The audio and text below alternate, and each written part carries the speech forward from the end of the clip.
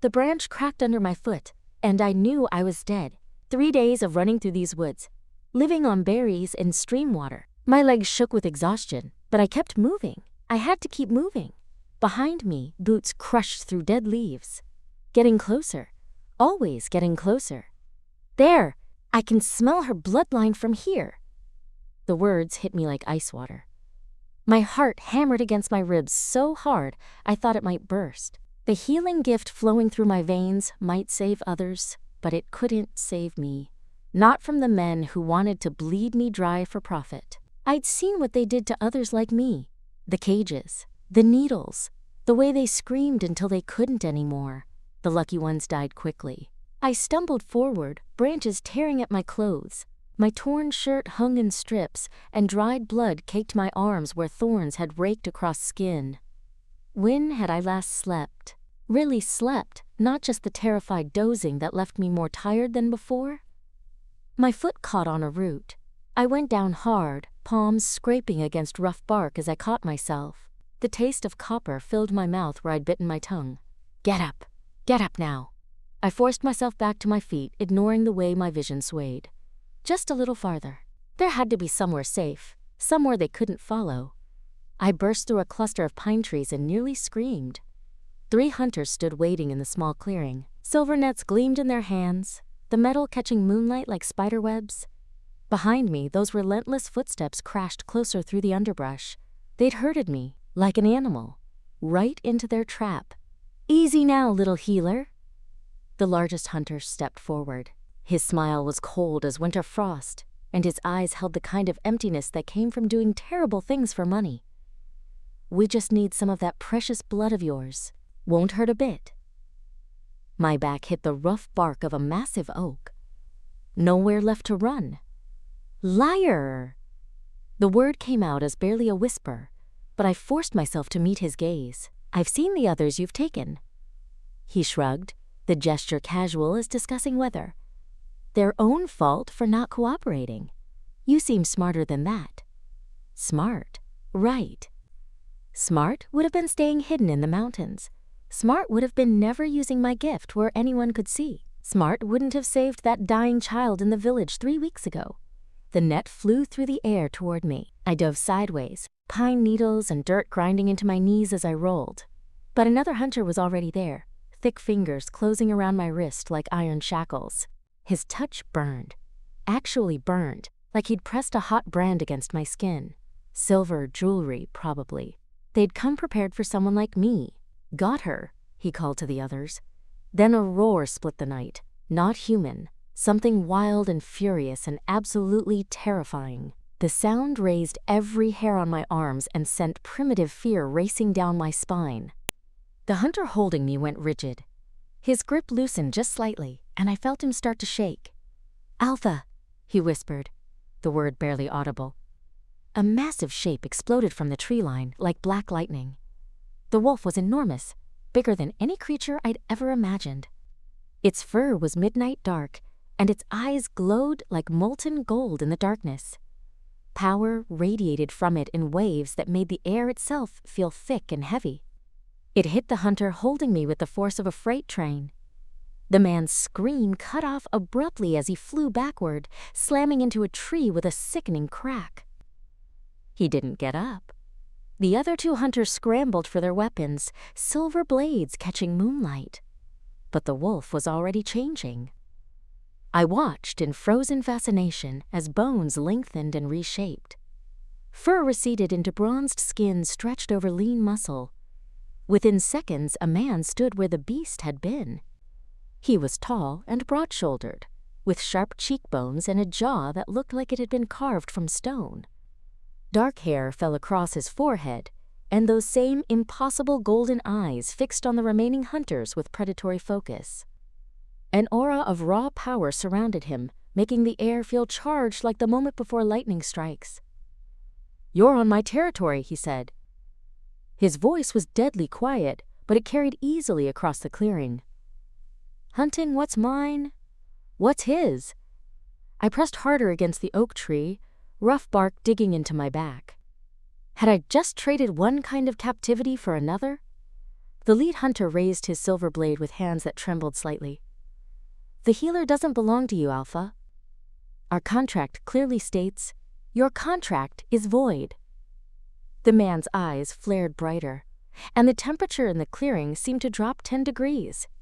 As of now, he moved faster than humanly possible.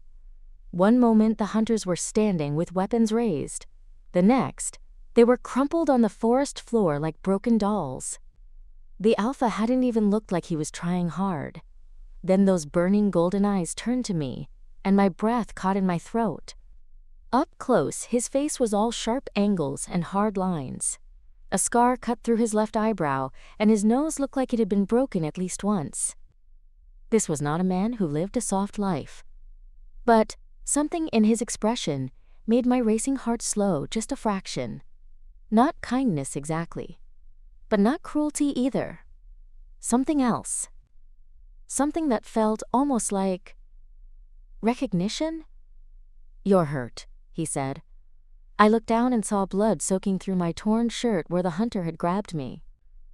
Dark stains spread across the fabric, and now that the adrenaline was fading, I could feel the burn of silver poisoning in my system. "I'm fine," I lied. He stepped closer, and I caught his scent. Pine and clean rain and something wilder underneath. Something that made my pulse quicken in a way that had nothing to do with fear. "No, you're not." His golden eyes tracked over me, cataloging injuries. "And you haven't eaten in days." How could he possibly know that?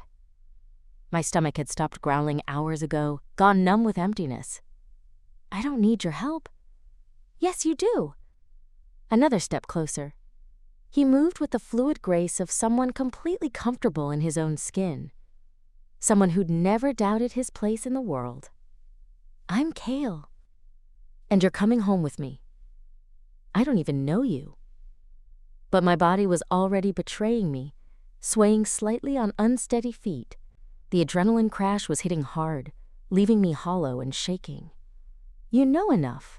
His voice gentled, just slightly. "I just saved your life. I'm not going to hurt you now." My vision blurred at the edges. The hunger, the exhaustion, the sheer terror of the last 3 days. It was all catching up at once. Black spots danced in front of my eyes. "The hunters," I started to protest, "won't touch you again." Something fierce and protective flickered across his features. "I give you my word." My knees buckled. Strong arms caught me before I could hit the ground, lifting me against a chest that was warm and solid and smelled like safety. The last thing I remembered was those golden eyes looking down at me with an expression I couldn't quite name, but it felt like coming home. I woke up drowning in silk. The sheets were softer than anything I'd ever felt, smooth as water against skin that was clean for the first time in weeks. Someone had bathed me while I slept, washing away days of dirt and blood and fear. The thought should have alarmed me, but I felt too rested to care. Panic shot through me anyway, as memories flooded back. The hunters. The silver nets. The Alpha, with impossible golden eyes who'd saved me from a fate worse than death. I sat up quickly, wincing as my wounded shoulder protested. The burning sensation from the silver was gone, replaced by the tender ache of healing flesh. Someone had treated my injuries properly. The room around me was enormous, with stone walls and tall windows that let in streams of golden afternoon sunlight. Rich tapestries hung from the walls, and a fireplace large enough to stand in dominated one corner. Everything looked expensive but lived in, like someone actually called this place home, instead of just using it to intimidate visitors. This was definitely not what I'd expected from an Alpha King stronghold. A soft knock on the heavy wooden door made me jump. "Come in," I called, then immediately regretted it. What if it wasn't someone friendly? What if the Alpha had decided I was more valuable as a prisoner than a guest? But the woman who entered had kind eyes and silver-streaked brown hair, pulled back in a simple bun. She wore practical clothes and carried a wooden tray that made my mouth water instantly. The smell of fresh bread and honey nearly made me dizzy. "Good, you're awake," she said warmly, setting the tray on the carved bedside table. "I'm Elena. Kale asked me to look after you." Kale. The alpha who'd saved me. The name fit him somehow. Sharp and strong and not quite tame. "Where is he?" I asked. "Dealing with the mess you two left in the forest." "Don't worry," Elena added, seeing my expression. "Those hunters won't be bothering anyone again. Ever." Something cold settled in my stomach. Had he killed them? Part of me thought they deserved it after what I'd seen them do to others. But another part wondered what that said about the man who'd rescued me. Elena seemed to read my thoughts. They were torturing and murdering innocent people for profit. Kale doesn't tolerate that kind of evil in his territory. She gestured to the tray, and my attention was immediately consumed by food. Real food. Fresh bread with butter and honey, thick vegetable soup, sliced fruit that looked like it had been picked this morning. My stomach cramped with sudden, desperate hunger. "When's the last time you had a real meal?" Elena asked gently. My stomach answered for me with a loud, embarrassing growl. Elena smiled and handed me the bowl of soup without comment. It was the best thing I'd ever tasted. Rich and warming, with herbs that made my healing abilities hum contentedly. I tried to eat slowly like a civilized person, but I was starving. Elena watched with the patience of someone who'd seen plenty of people in my condition. "What does he want from me?" I asked between spoonfuls. Elena's expression grew thoughtful. She settled into the padded chair beside the bed, smoothing her skirts with work-roughened hands. "That's between you and him, child. But I've known Kale since he was a boy, and I've never seen him bring anyone here before. You're the first." The first. That should have been comforting, but it just raised more questions. "The hunter said I was on his territory. Does that mean he owns me now?" "Kale doesn't own anyone." Elena's voice was firm. "This pack isn't like that. We choose to follow him because he's a good leader, not because we're forced to." That was unexpected. Every story I'd heard about Alpha Kings involved absolute power and unquestioning obedience, fear and dominance. "But you have questions," Elena continued, "and they're not mine to answer. He'll be back soon." She was right. I did have questions, a lot of them, starting with why an Alpha King would risk his own safety to save a complete stranger, and ending with why I felt this strange, persistent pull toward a man I'd barely met. After Elena left me alone to rest, I found I was too wired to sleep. My body felt better than it had in weeks, but my mind was spinning. I got up and walked to one of the tall windows, looking out over a view that took my breath away. Rolling hills covered in forest stretched to the horizon, painted golden by the afternoon sun. A river wound through it all like a silver ribbon, and I could see small groups of wolves running along its banks. Some were in human form, others had shifted. They moved together with the easy coordination of a real family. It looked peaceful, safe, beautiful. Too good to be true? Probably. In my experience, things that look too good to be true usually were. The door opened again, and I turned to see Kale filling the doorway. He had to duck slightly to clear the frame, and his broad shoulders nearly touched both sides. In daylight, he was even more imposing than he'd been in the forest. He'd changed clothes since rescuing me. Instead of torn, blood-stained fabric, he wore dark pants and a simple shirt that did nothing to hide the lean muscle underneath. His dark hair looked like he'd been running his hands through it, and those incredible golden eyes seemed to see straight through me to thoughts I wasn't ready to share. "How are you feeling?" he asked. His voice was softer than I remembered, but it still carried that undertone of command that made something deep inside me want to listen. "Better, thank you." I stayed by the window, needing the distance and the solid glass at my back. Elena said the hunters are gone. They are. Something dark flickered across his sharp features. "They won't hurt you or anyone else again." The certainty in his tone made me shiver. "Why did you save me?" The question popped out before I could stop it. I'd been wondering since I woke up, trying to make sense of what had happened. Alphas didn't risk themselves for unknown rogues, especially not Alpha Kings with entire packs depending on them. He was quiet for a long moment, studying my face like he was trying to solve a complicated puzzle. Golden eyes tracked over my features, and I felt heat rise in my cheeks under that intense scrutiny. "I don't know," he said finally. "I was running patrol when I caught your scent on the wind. Something about it." He shook his head, dark hair falling across his forehead. "I've never felt anything like it. Like I had to find you. Like something terrible would happen if I didn't. That strange pull I'd been feeling. The way my heart had slowed when he'd looked at me. The way his scent made something inside me settle. He'd felt it too?" "I don't understand," I whispered. "Neither do I." He took a step closer, and my heart started beating faster. "But you're safe here. That's what matters right now. For how long?" The words came out sharper than I intended. "Until you decide my bloodline might be useful? Until you find a buyer who offers more than the hunters were paying?" His eyes flashed with something that looked almost like pain. "Is that what you think of me?" I don't know what to think. I wrapped my arms around myself, suddenly cold despite the warm afternoon air streaming through the windows. Powerful men always want something. Always. I'm not most men. He moved closer still, until I could see the gold flecks in his eyes, the way his jaw tightened when he was trying to control his temper. "And I don't want your blood, Lyra." I blinked in surprise. "How do you know my name?" "You told me. Last night, before you passed out in my arms." Had I? Everything after he'd caught me was pretty fuzzy, blurred by exhaustion and silver poisoning, and the overwhelming relief of finally being safe. "What do you want then?" I asked. He was quiet for so long I didn't think he was going to answer. When he spoke, his voice was softer than I'd heard it yet, almost uncertain. "I want you to stay, not because of what you can do, but because of who you are." My breath caught.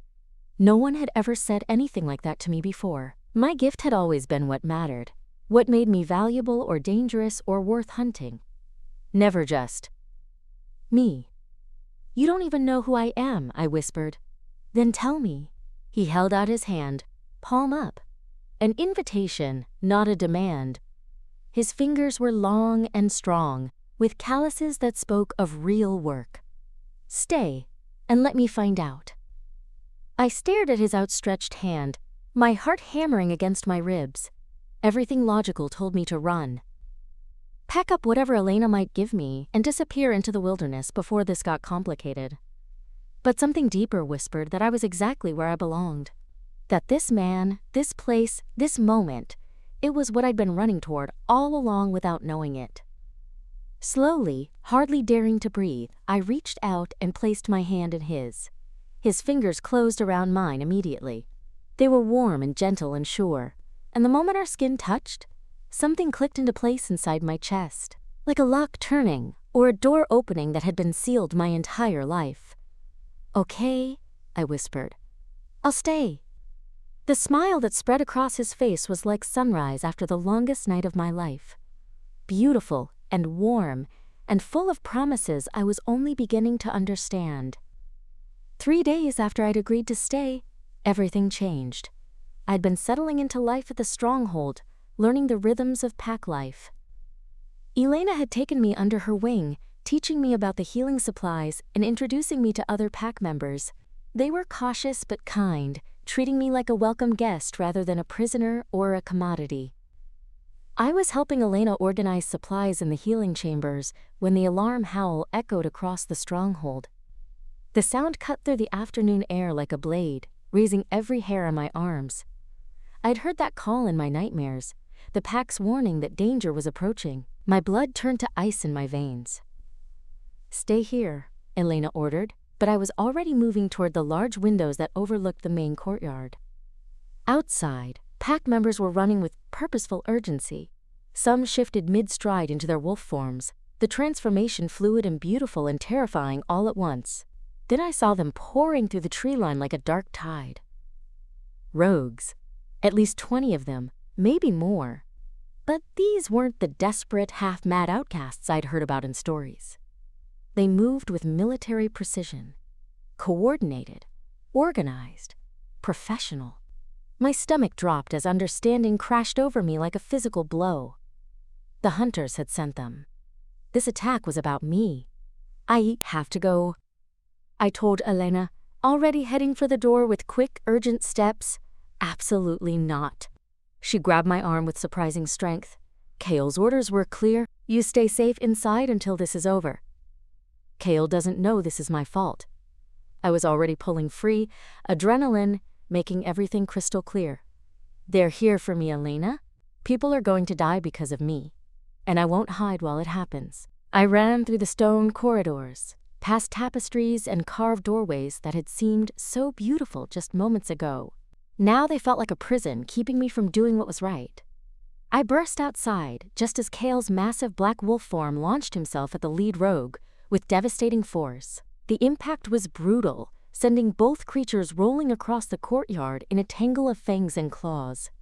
But there were too many of them. They kept coming in coordinated waves, and I could see the pack warriors being slowly overwhelmed despite their skill and courage. A rogue broke through the defensive line, heading straight for a group of younger pack members who hadn't made it to the safe bunkers yet. Children, barely old enough to shift, frozen in terror as death bore down on them. Without thinking, I started running toward them. My feet pounded against stone and then grass as I sprinted across the open ground. "Get back!" I shouted, putting myself between the snarling rogue and the kids. "Run! Go!" The beast's yellow eyes locked onto me, and I saw the moment of recognition. He knew exactly who I was, what I was worth to his employers. He lunged with jaws wide enough to take my head off. I threw up my hands instinctively, some deep instinct taking over, and something inside me snapped open like a floodgate. Power poured out of me, raw and uncontrolled and blazing hot. The rogue hit an invisible barrier 3 feet away from me and went flying backward like he'd run into a solid wall. He landed hard and didn't get up, but the effort left me dizzy and drained. My vision blurred as I fell to my knees, and that's when I heard Kale's roar of pure, primal rage. I looked up to see him fighting 3 rogues at once, trying desperately to get to me. His wolf form was magnificent and terrible, all lethal grace and controlled violence. But more enemies kept appearing, and one of them got lucky. Claws raked across his ribs as he spun away from another attacker. Even in wolf form, I could see the blood, could smell it on the wind. Dark and metallic and wrong. "No!" The word tore out of my throat like a physical thing. Something primal and fierce rose up inside me, something that screamed mine, protect, heal, with desperate intensity. I stumbled toward him, power crackling under my skin like electricity looking for a target. The rogues were retreating now, probably having accomplished their real mission, confirming I was here and testing the pack's defenses. But Kale was hurt because of me, bleeding because he'd been trying to protect me instead. Focusing on the battle. That was all I could think about as I fought through the lingering dizziness. He shifted back to human form as I reached him, one hand pressed tight against his bleeding side.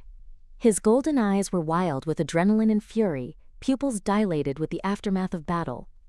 "You shouldn't have come out here," he growled. Blood was seeping between his fingers, and I could see how carefully he was breathing, trying not to jar wounds that were deeper than they looked. "You're bleeding." I reached for him, but he caught my wrist in his free hand. "I'm fine. It's just a scratch." But I could smell the copper scent of his blood, could see the way color was draining from his face. The wounds were much deeper than he wanted to admit, and he was losing blood fast. "Let me help." My voice came out steadier than I felt. "Please." He stared at me for a long moment, and I saw the exact second he realized what I was offering. His grip on my wrist loosened slightly, and something shifted in his expression. Wonder, maybe, or gratitude, or something deeper that I wasn't ready to name. "Lyra, if you do this, there's no going back. The pack will know what you are, what you can do." I know, and I did. There would be no more pretending I was just another refugee seeking shelter, no more hiding what made me valuable and dangerous. "But I can't watch you bleed because of me." "I won't." Something profound changed in his face. "You trust me that much?" "Yes." The answer came without hesitation. I trust you. He released my wrist and moved his blood-slick hand away from his wounds. The cuts were worse than I'd thought. Deep gashes that went down to muscle, edges torn and ragged. I placed my palms against his torn skin and opened myself to the power that had been burning inside me since birth. This time it felt different, controlled, purposeful, flowing exactly where I directed it. Warm golden light spread from my hands like liquid sunlight. I felt the power sink into his damaged flesh, knitting torn blood vessels back together, encouraging his body's natural healing to accelerate far beyond normal limits. Kale sucked in a sharp, surprised breath. That feels strange? I asked, concentrating on the deepest wound. Perfect. His voice was rough with something I couldn't identify. Like you were made for this. Made for me. The healing took more out of me than I'd expected. When the last wound sealed shut, leaving only smooth, unmarked skin, I swayed dangerously on my feet. Kale's arms came around me immediately, pulling me against his chest and holding me steady. Easy. I've got you. I could hear his heartbeat, strong and steady under my ear. Around us, pack members were gathering, but they felt far away and unimportant.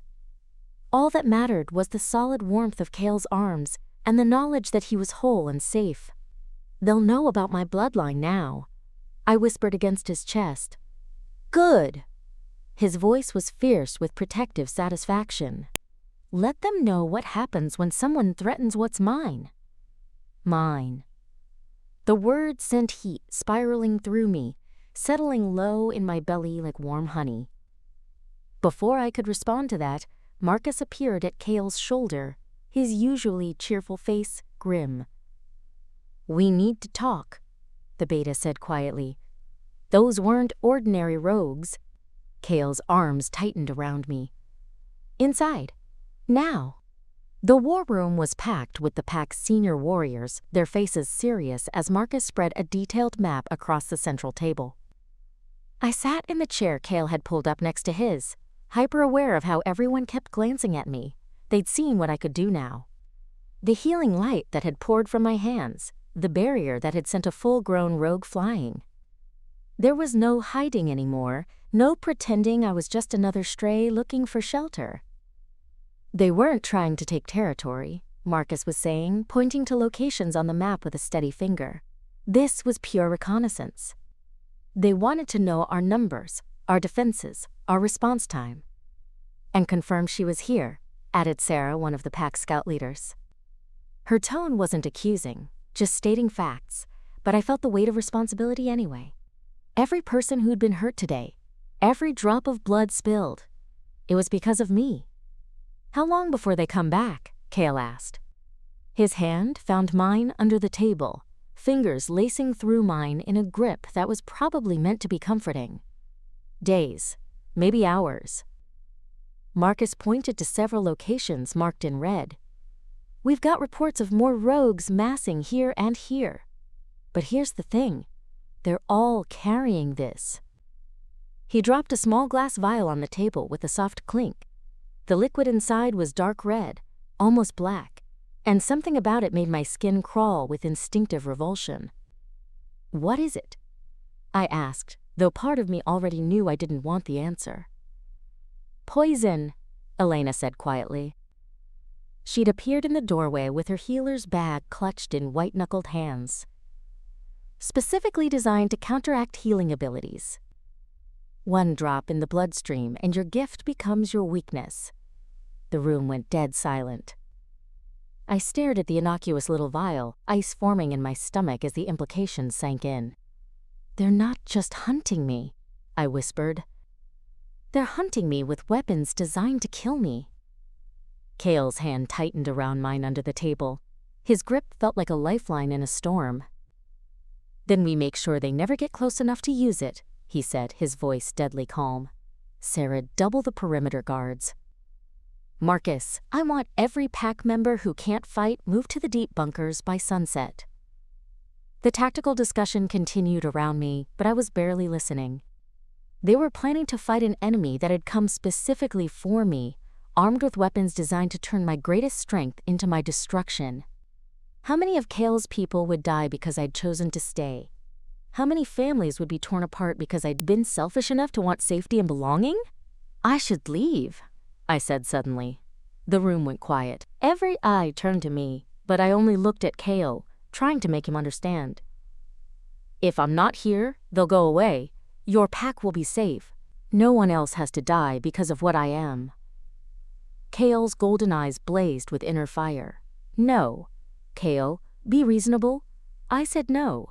He stood abruptly, pulling me up with him, his grip firm but not painful. You're not running again. Not from them. And not from this. People are going to die because of me, I said desperately. Good people who never asked to be dragged into my problems. People die in wars, he said bluntly. And make no mistake, this is a war. They declared it the moment they set foot on my territory, with weapons designed to murder one of mine. He cupped my face with his free hand, thumb brushing across my cheekbone with surprising gentleness. Your pack now, Lyra. We protect our own. That's what it means. The absolute certainty in his voice, the conviction that ran bone deep, made something crack open in my chest. He meant it. Even knowing what it might cost, knowing good people might die, he meant every word. Besides, Marcus added with a grin that was more threat than humor, we've got something they don't expect. What's that? I asked. A mate bond. Kale's thumb traced along my jawline, his touch gentle despite the steel in his voice. They're hunting a lone wolf with a rare gift. What they're gonna find is a Luna with a pack behind her and an alpha who'll burn the world down before he lets her go. The word Luna hit me like a physical blow. My breath caught in my throat as everything suddenly made sense. The pull I'd felt from the moment I saw him, the way my healing had felt so right when I touched him, the way something inside me had recognized him before my mind caught up. Is that what we are? I asked quietly. Mates? Kale's eyes softened, and his smile was just for me. I was hoping you'd figure that out on your own. Despite everything, the danger, the poison, the army of rogues probably heading our way, I felt myself smile back. I'm still figuring it out. Then we'd better make sure you survive long enough to finish, he said, and kissed my forehead with infinite tenderness. Because I'm not losing you now, not when I just found you. The War Council broke up with plans to fortify defenses and prepare for a siege, but I knew it wouldn't be enough.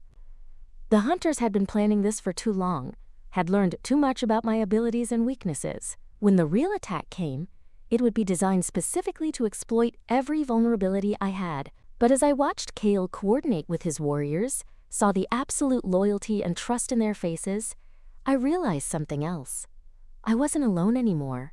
I had a pack, a home, someone who'd chosen me not for what I could do, but for who I was.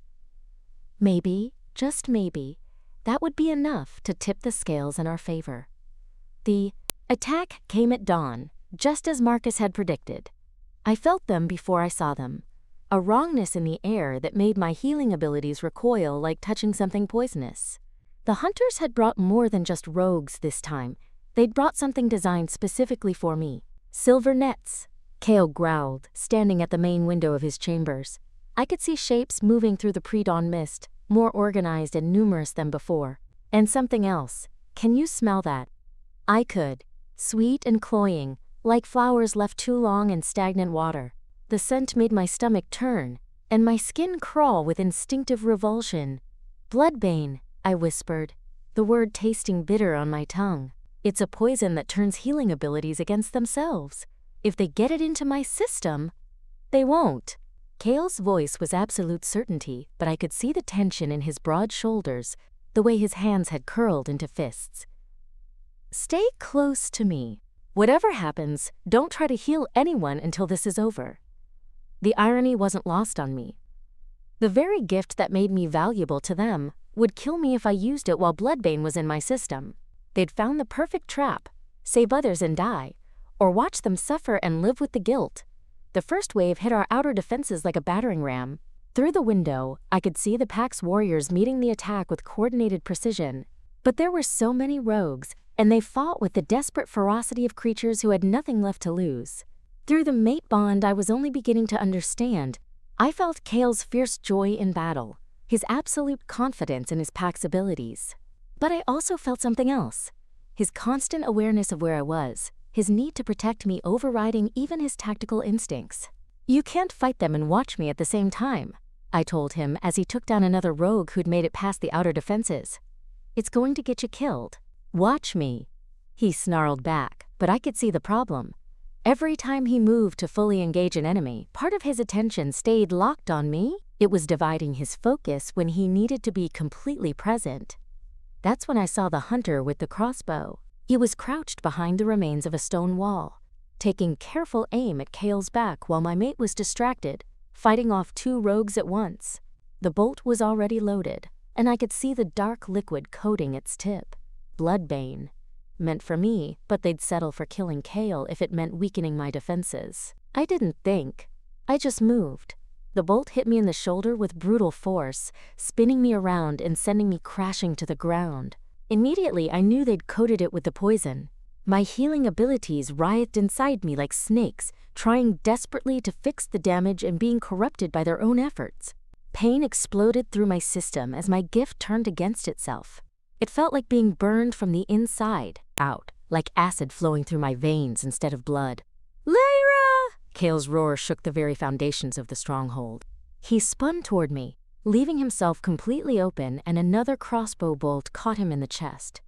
This one was different. Silver-tipped, but not poisoned.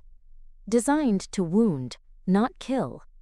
I realized with cold, creeping horror that they wanted him alive but helpless while they took me. The silver burned him, but not fatally.